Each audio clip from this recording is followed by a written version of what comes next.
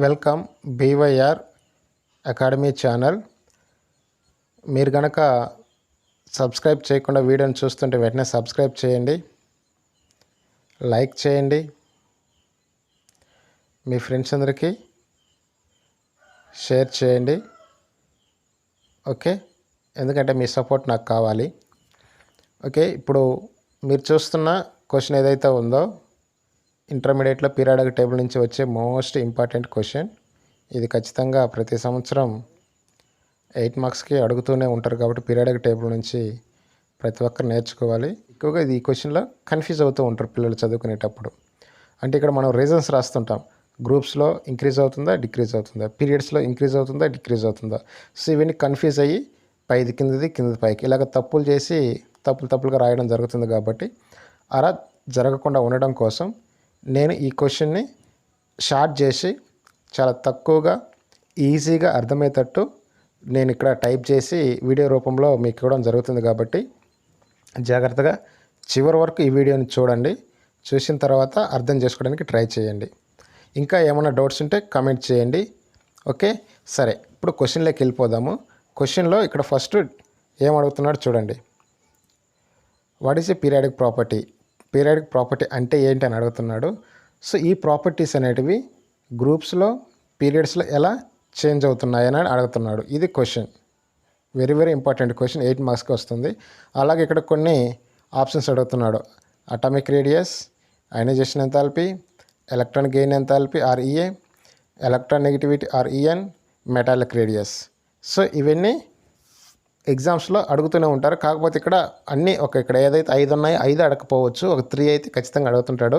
So వీటిలో ఏదైనా రావచ్చు. కాబట్టి ఇవన్నీ మీకు ఈజీగా అర్థమవడం కోసం నేను ఈ క్వశ్చన్ని రెడీ చేయడం జరిగింది. కాబట్టి చూడండి, చివరి వరకు చూడండి. ఓకే, సరే, ఇక్కడ క్వశ్చన్ ఫస్ట్ ఏం అడిగాడు, వాట్ ఈస్ పీరియాడిక్ ప్రాపర్టీ కదా. సో దీనికి డెఫినేషన్ మనం ఖచ్చితంగా రాయాలి. ఈ డెఫినేషన్ కూడా నేను మీకు ఈజీగా ఇవ్వడం జరిగింది. ఒకసారి ఈ డెఫినేషన్ చదవండి. ఏంటి ఈ definition? Periodic property, the property which are repeated after regular intervals are called periodic property. ఇది షార్ట్కట్లో ఉంది. ఇది కావాలంటే ఇది నేర్చుకోండి, లేదు మాకు పెద్దదే కావాలనుకుంటే సెకండ్ వన్ ఏమి ఇచ్చున్నాము ఇక్కడ. In the periodic table the properties of elements change gradually with the change in the electronic configuration of elements. This tends to repeat itself at regular intervals. That is called periodicity. And the property or called periodic properties.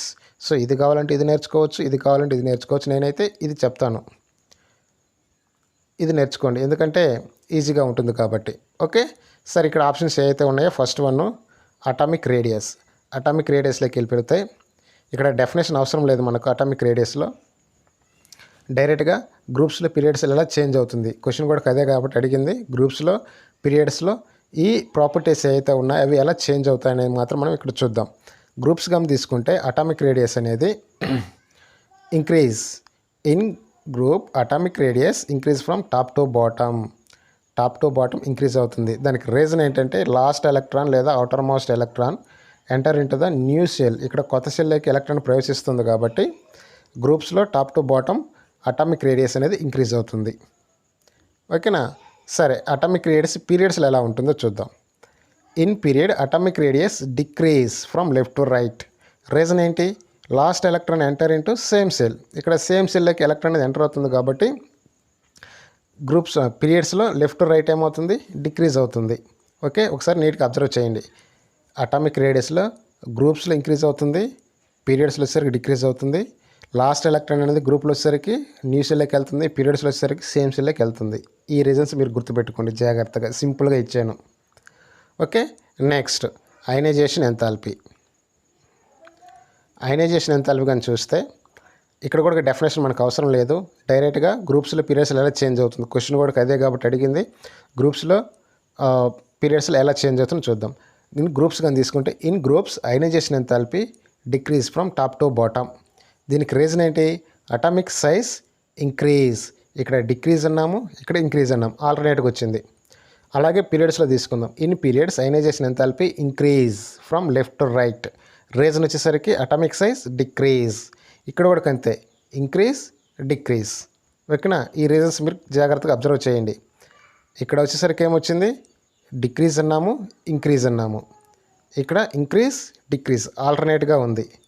First one ఏంటి, option ఏలోకి తీసుకుంటే atomic radius కదా. Atomic రేడియస్లో వచ్చేసరికి ఏముంది, గ్రూప్స్లో వచ్చేసరికి increase అయింది, పీరియడ్స్లో వచ్చేసరికి decrease అయింది. ఈ రెండు రీజన్స్ మీరు గుర్తుపెట్టుకోండి.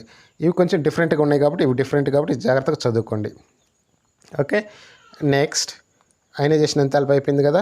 Next electron gain enthalpy. Electron gain enthalpy చూద్దాం. ఇక్కడ కూడా మనకు డెఫినేషన్ అయితే అవసరం లేదు, కానీ డైరెక్ట్గా గ్రూప్స్లో పీరియడ్స్లో ఎలా చేంజ్ అవుతుందో చూద్దాం. In group electron gain enthalpy decrease, reason వచ్చేసరికి అటామిక్ సైజ్ ఇంక్రీజ్.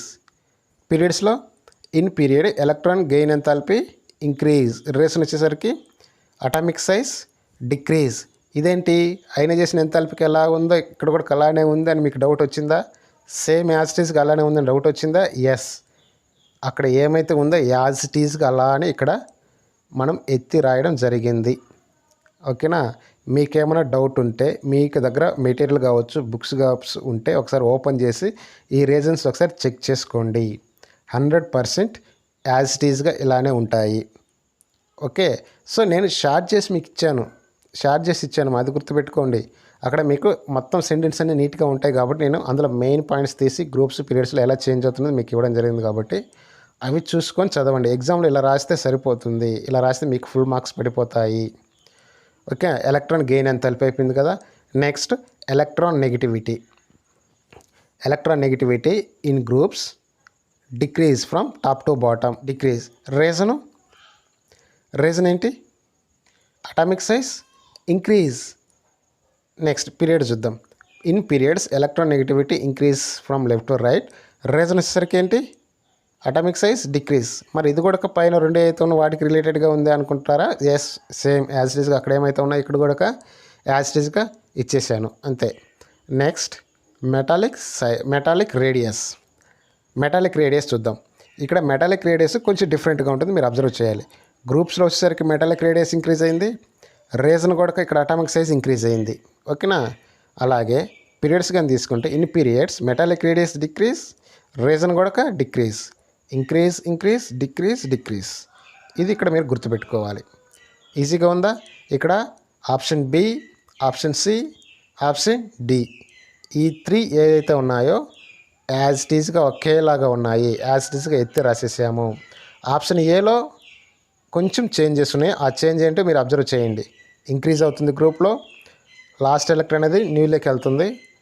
ఓకేనా, అలాగే పీరియడ్స్ కానీ తీసుకుంటే డిక్రీజ్ అయింది, లాస్ట్ ఎలక్ట్రాన్ ఏదైతే ఉందో సేమ్ సిలెక్ట్ అయింది. అలాగే మెటాలిక్ రేడియస్ ఏదైతే ఉందో ఇంక్రీజ్ డిక్రీజ్. ఓకే, ఇంతే, చాలా ఈజీగా ఇచ్చింది కదా. మీకు నచ్చిందా అయితే లైక్ చేయండి, మీ ఫ్రెండ్స్ అందరికి షేర్ చేయండి, సబ్స్క్రైబ్ చేయడం మాత్రం మర్చిపోకండి. Okay, thank you.